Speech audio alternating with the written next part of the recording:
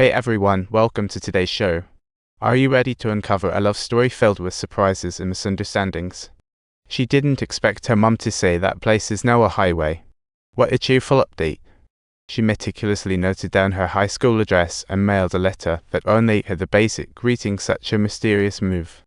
The letter accidentally landed in the hands of a stranger girl, who just so happens to be named Fujii. Show a true comedy. Sho was totally puzzled upon receiving the letter, thinking hard and surprisingly forgot she had a friend in Kobe. Curiosity got the best of her, and she replied to Nek's greeting Sho. It was like singing a song. A few days later, Sho got the reply from Nek, and it even included some cold medicine. What a magical letter. She was so shocked by the reply that she rushed to share the unbelievable story with her current boyfriend, Akia. Akia was a good friend of Fujii while she was alive, and is now slowly blending into Nek's life, quietly talking about their feelings. But Fujii's presence always leaves them a bit distant. What's an emotional barrier? Akia tried to dismiss the letter as a prank, telling Nek not to believe it and to chill out, bro. But Nek wasn't ready to give up. She sent another letter, describing the beauty of spring. Such a peculiar connection. Sho felt a bit confused, directly asking Nek about her intentions, and Nek was just as puzzled as a monk trying to understand. Akia took Sho's reply, hoping she could prove her identity just like a detective on a case. Sho felt helpless and dissatisfied, stating outright that she didn't want to pay any attention to whatever Nek sent her way.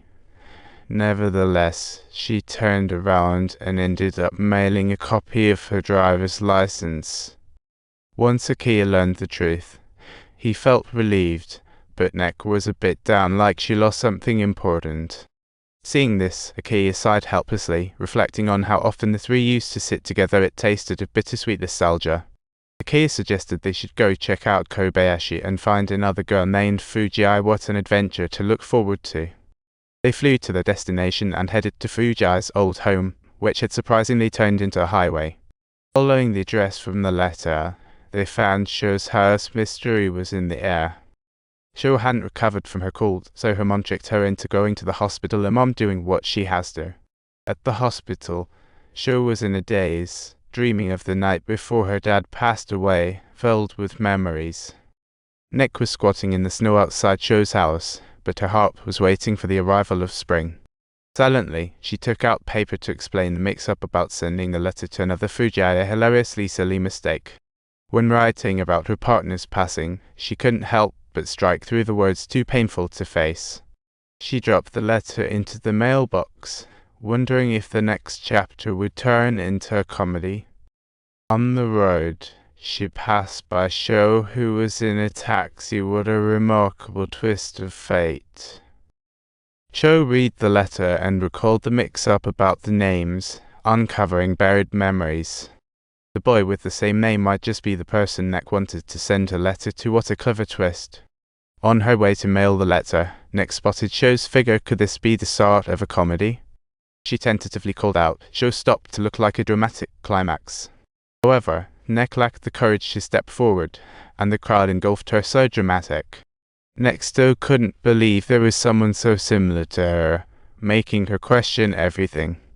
The Sho she loved, could it be hiding memories of another Fujii? Back in Kobe, Nek opened up the yearbook, hoping to find the answers. In the group photo, she found the girl with the same name. Questions welled up in her heart. If all of this turns out to be true, then hasn't her longing over the past 2 years been merely a one-sided dream? To uncover the truth, Nek penned another letter to Sho, admitting she was too hasty. What's an honest girl?